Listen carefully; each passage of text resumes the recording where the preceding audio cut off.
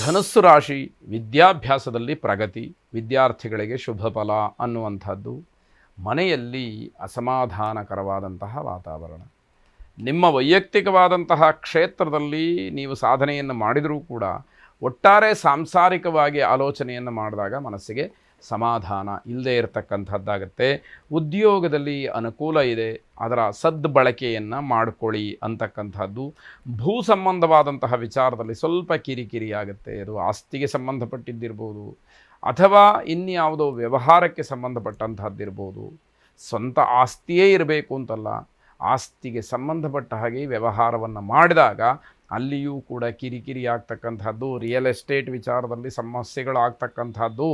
ಇದನ್ನು ಗಮನಿಸ್ಕೊಳ್ಬೇಕು.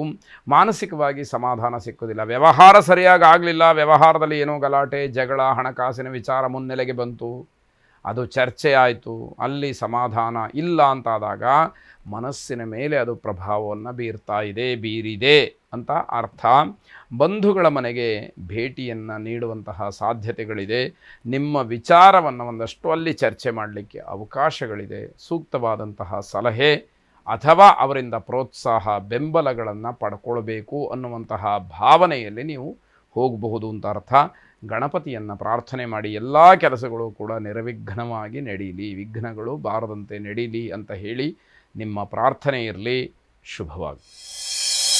ಮಕರ ರಾಶಿ, ನಿಮ್ಮ ವಿರೋಧಿಗಳಿಂದ ಶತ್ರುಗಳಿಂದ ಸಮಸ್ಯೆ ಆಗ್ತಕ್ಕಂಥದ್ದು. ಹೆಜ್ಜೆ ಹೆಜ್ಜೆಗೂ ಕೂಡ ಶತ್ರುಗಳಿರ್ತಾರೆ. ಅವರನ್ನು ಗಮನದಲ್ಲಿ ಇಟ್ಟುಕೊಂಡು ನಾವು ಮುಂದುವರಿಬೇಕು. ಯಾವಾಗ ಆ ವಿಚಾರವನ್ನು ತಾತ್ಸಾರ ಮಾಡ್ತೀವಿ, ತೊಂದರೆಗೆ ಆಹ್ವಾನ ಮಾಡಿದ ಹಾಗೆ ಆಗುವಂಥದ್ದು. ಪ್ರಯಾಣದ ಸಾಧ್ಯತೆ ಹೆಚ್ಚಾಗಿದೆ. ಹೊರಗಡೆ ಹೋಗಬೇಕು ಅಂತಕ್ಕಂತಹ ತುಡಿತವಾಗಲಿ ಅನಿವಾರ್ಯತೆ ಆಗಲಿ ಹೆಚ್ಚಾಗಿರುತ್ತೆ. ಅಂತಹ ಸಮಯದಲ್ಲಿ ಶತ್ರುಗಳ ಬಗ್ಗೆ ವಿಶೇಷವಾದಂತಹ ಗಮನ ಇರಬೇಕಾಗುತ್ತೆ. ಹಣ ಬಂದರೂ ಕೂಡ ಸಮಾಧಾನ ಇಲ್ಲ. ಈಗ ನಿಮಗೆ ಅರ್ಥ ಆಗಬೇಕು, ದುಡ್ಡು ಒಂದೇ ಅಲ್ಲ ಸಮಾಧಾನ ಕೊಡೋದಕ್ಕೆ ಅನ್ನುವಂಥದ್ದು. ಅದನ್ನು ಗಮನಿಸ್ಕೊಳ್ಳಿಲ್ಲ, ಇನ್ನಷ್ಟು ಮತ್ತಷ್ಟು ಮಾನಸಿಕವಾಗಿ ಹಿಂಸೆಯನ್ನು ಪಡ್ತೀರಿ.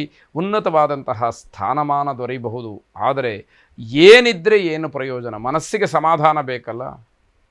ಯಾವ ಸ್ಥಾನಮಾನವಾಗಲಿ ಹಣವಾಗಲಿ ಮನಸ್ಸಿಗೆ ಸಮಾಧಾನವನ್ನು ಕೊಡ್ತಾ ಇಲ್ಲ. ದುಡ್ಡಿದೆ ಆದರೆ ಸಮಾಧಾನ ಇಲ್ಲ, ಎಲ್ಲಿಂದ ತರೋದು? ಹಾಗಾಗಿ ಮಾನಸಿಕವಾದಂತಹ ಸಮಾಧಾನ, ಮಾನಸಿಕವಾದಂತಹ ಧೈರ್ಯ, ಆತ್ಮಸ್ಥೈರ್ಯ ಬಹಳ ಮುಖ್ಯ ಅಂತ ಹೇಳಿ ಗಮನಿಸಬೇಕು. ಹಲವಾರು ಜನರ ಟೀಕೆಗೊಳಗಾಗ್ತೀರಿ. ಇದಕ್ಕೆ ಕಾರಣ ನಡೆ ಮತ್ತು ನುಡಿ, ಇದೆರಡೇ ಕಾರಣ. ನಾವು ಆಡ್ತಕ್ಕಂತಹ ಮಾತು, ನಡ್ಕೊಳ್ತಕ್ಕಂತಹ ರೀತಿ ಬೇರೆಯವರು ನಮ್ಮನ್ನು ಅಪಹಾಸ್ಯ ಮಾಡೋದಕ್ಕೆ ಕಾರಣವಾಗುತ್ತೆ. ಇದನ್ನು ಯಾವಾಗ ನಾವು ಅರ್ಥಕೊಳ್ಳೋದಿಲ್ಲ, ಆಗ ಸಮಾಜದಲ್ಲಿ ಹಾಸ್ಯಾಸ್ಪದವಾದಂತಹ ವ್ಯಕ್ತಿಗಳಾಗಿ ನಾವು ಇರಬೇಕಾಗತ್ತೆ. ಅದರಿಂದ ಹೊರಬರಬೇಕು ಅಂತಾದರೆ ನಮ್ಮ ರೀತಿ ರಿವಾಜುಗಳು, ಮಾತು, ನಮ್ಮ ನಡವಳಿಕೆ ಇದೆಲ್ಲವೂ ಕೂಡ ಸರಿಯಾಗಬೇಕು ಅಂತಕ್ಕಂತಹ ಅರ್ಥವಾಗುತ್ತೆ. ಉತ್ತಮವಾದಂತಹ ಕೆಲಸಕ್ಕೆ ಸಂಕಲ್ಪವನ್ನು ಮಾಡಿ, ಉತ್ತಮವಾದಂತಹ ಕೆಲಸಗಳಿಗೆ ನಿರ್ಧಾರವನ್ನು ಮಾಡಿ, ಬೇರೆಯವರ ಪ್ರೋತ್ಸಾಹವೂ ಕೂಡ ಸಿಕ್ಕತ್ತೆ. ಬೆಂಬಲದಿಂದ ಆ ಕೆಲಸವನ್ನು ಮಾಡುವಂಥದ್ದಾಗತ್ತೆ. ಲಕ್ಷ್ಮೀನಾರಾಯಣರನ್ನು ವಿಶೇಷವಾಗಿ ಪ್ರಾರ್ಥನೆ ಮಾಡಿ. ಶುಭವಾಗಿ. ಕುಂಭರಾಶಿ, ಸಾಲವನ್ನು ಮಾಡಬೇಕು ಅಥವಾ ಸಾಲದ ವಿಚಾರವನ್ನು ಚರ್ಚೆ ಮಾಡುವಂತಹ ದಿವಸ ಇದಾಗುತ್ತೆ. ಯಾವುದೋ ಯೋಜನೆಯನ್ನು ಹಾಕ್ಕೊಳ್ತೀರಿ, ಹಣದ ಅಭಾವವೋ ಅಥವಾ ಅಗತ್ಯತೆಯೋ ಅಲ್ಲಿ ಕಾಣುವಂಥದ್ದಾಗತ್ತೆ. ಸಾಲದ ವಿಚಾರವಾಗಿ ಮಾತನಾಡ್ತೀರಿ ಅಂತಕ್ಕಂಥದ್ದು. ಅನಾವಶ್ಯಕವಾದಂತಹ ವಿಚಾರಗಳಿಂದ ದೂರ ಉಳ್ಕೊಳ್ಬೇಕು. ಇದು ನಿಮ್ಮ ವ್ಯವಹಾರವನ್ನು, ಮಾನಸಿಕವಾದಂತಹ ನೆಮ್ಮದಿಯನ್ನು, ಸಾಂಸಾರಿಕವಾದಂತಹ ಸಾಮರಸ್ಯವನ್ನು ಹಾಳು ಮಾಡುವಂಥದ್ದು. ಹಾಗಾಗಿ ಬೇಡದೇ ಇರತಕ್ಕಂತಹ ವಿಚಾರಗಳನ್ನು ಬದಿಗಿಟ್ಟುಬಿಟ್ರೆ ಒಂದಷ್ಟು ನಾವು ನಮ್ಮ ಸಾಧನೆಯನ್ನು ಮಾಡಿದಾಗತ್ತೆ. ಧನವ್ಯಯ ಆಗತಕ್ಕಂತಹ ಸೂಚನೆ ಇದೆ. ಅಂದರೆ ವಿನಾಕಾರಣ ಹಣ ಕೈ ಬಿಟ್ಟು ಹೋಗ್ತಕ್ಕಂಥದ್ದಾಗತ್ತೆ. ವಿವಾಹದ ವಿಚಾರ ಮುನ್ನೆಲೆಗೆ ಬರತಕ್ಕಂತಹದ್ದು. ವಿವಾಹದ ವಿಚಾರ ಮುನ್ನೆಲೆಗೆ ಬಂದರೂ ಕೂಡ ವಿವಾಹ ಯೋಗಕ್ಕೆ ಭಂಗ ಬರುವಂಥದ್ದು. ಇನ್ನೇನು ಶುಭ ಕಾರ್ಯ ಆಗಬೇಕು ಅನ್ನುವಷ್ಟರ ಮಟ್ಟಿಗೆ ಚರ್ಚೆಗಳಾಗತ್ತೆ. ಆದರೆ ಕಾರಣ ನಿರ್ದಿಷ್ಟವಾಗಿ ಗೊತ್ತಾಗದಲ್ಲೇ ನಿಂತು ಹೋಗುವಂಥದ್ದು ಅಥವಾ ಮುಂದಕ್ಕೆ ಹೋಗುವಂಥದ್ದು ಮನಸ್ಸಿಗೆ ಆಘಾತವನ್ನುಂಟು ಮಾಡುತ್ತೆ. ವಿದ್ಯಾರ್ಥಿಗಳಿಗೆ ಸಂಕಷ್ಟ, ಸ್ವಯಂಕೃತ ಅಪರಾಧ ಇದು.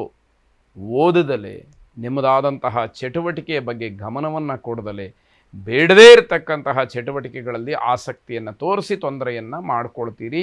ಇಲ್ಲದೇ ಇರತಕ್ಕಂತಹ ತಪ್ಪುಗಳನ್ನು ಮೇಲೆ ಎಳ್ಕೊಳ್ತೀರಿ ಎನ್ನುವಂಥದ್ದು. ಅವಿವಾಹಿತರು ಸರಿಯಾದಂತಹ ನಿರ್ಧಾರವನ್ನು ಮಾಡಬೇಕು. ಅಂದರೆ ಮದುವೆ ಏನೋ ತಪ್ಪು ಹೋಯಿತು ಗೊತ್ತಾಗಲಿಲ್ಲ, ಇನ್ನೂ ಮದುವೆ ಆಗಲಿಲ್ಲ ಅಂತ ಹೇಳಿ ನೀವು ಮದುವೆನೇ ಮಾಡ್ಕೊಳ್ಳೋದಿಲ್ಲ ಅಂತಲೋ ಅಥವಾ ಬೇರೆ ಬೇರೆ ನಿರ್ಧಾರಗಳನ್ನು ಮಾಡ್ತಕ್ಕಂಥದ್ದು ಖಂಡಿತ ಒಳ್ಳೆಯದಲ್ಲ. ಅದು ಯಾವ ತೊಂದರೆಗೂ ಕೂಡ ಅವಕಾಶವನ್ನು ಮಾಡಿಕೊಳ್ಬೇಡಿ.